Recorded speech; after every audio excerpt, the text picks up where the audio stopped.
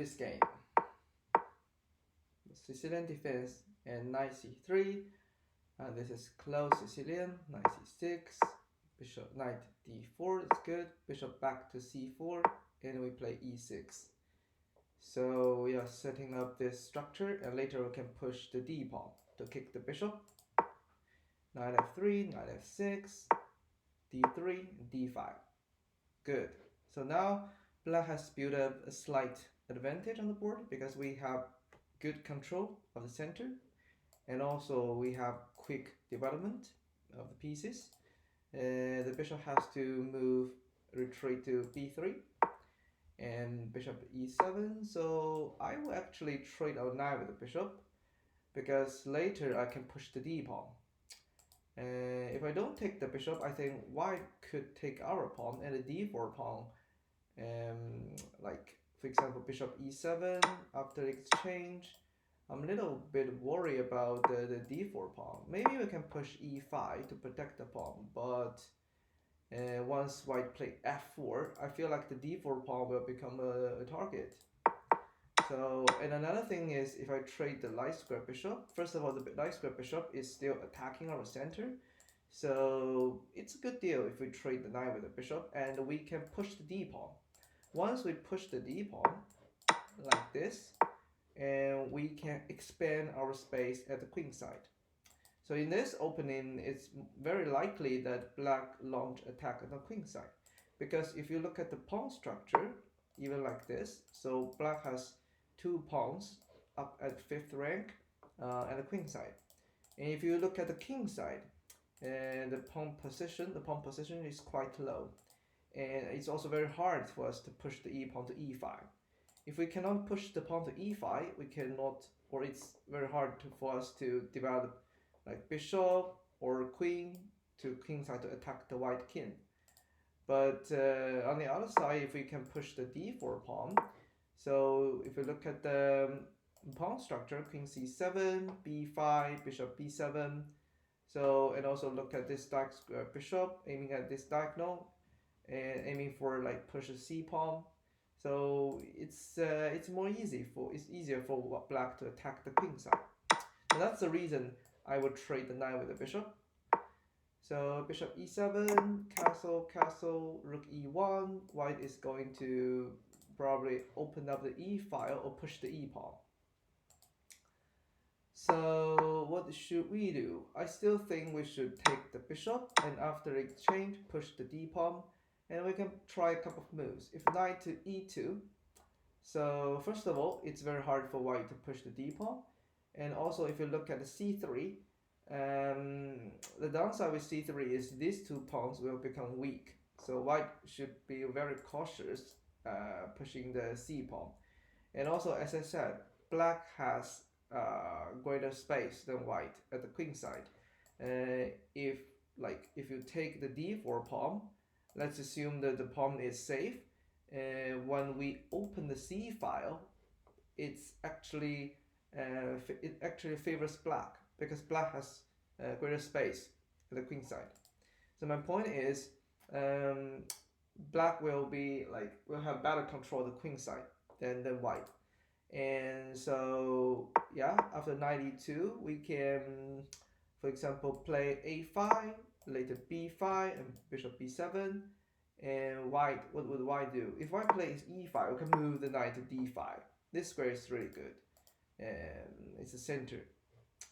And if you play c4, so what about knight b4? The knight can attack d3, and also we can exchange the pawns. So these three pawns are really weak, and we can play b5, later bishop b7, queen c7, and rook to d8 and c4. So we can, or a4 to create a pass pawn. So we can attack the queen side. And if white move the knight to g3, so I will keep pushing the pawn, the b5, knight to e4.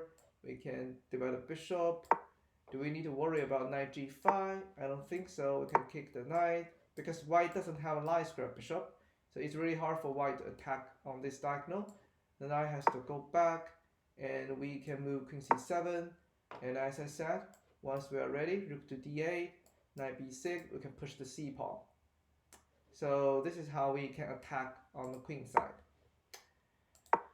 So in this game, so we move knight back. This is a little bit wasteful in my opinion, because we move knight to d4 and then back to c6. So, and the thing is, we give like a space at the king side after e5. So bishop to a4, queen b6, exchange, and a4, b6. We want to develop our bishop in this way, and bishop to f4, d4. So now white has occupied the d4 square. It's not good for us because it makes us attacking on the queen side a little bit harder. If we take the pawn, knight takes, attack our queen, it's not comfortable, and the knight can place there forever. Knight b5, the knight can connect it with each other, and c3. So since white has like better control or a greater space that we saw earlier, so it's easy for white to set up a good structure to defend at the queen side. So what can we do? But I still think we need to move the rook to c file instead of d file, because the d file is quite closed. I don't see anything we can do on the d file. So look at the da, h4. Now white wants to attack our king side, and it's quite obvious. Knight e2. I think c3 is coming. Why do we move the queen to e8? I think knight to g6 is something we can try, and bishop to g3 or g5. So we can exchange, knight takes, and h6 to kick the knight back. Potentially we can attack e5, because after the trade, the e5 pawn is becoming weak.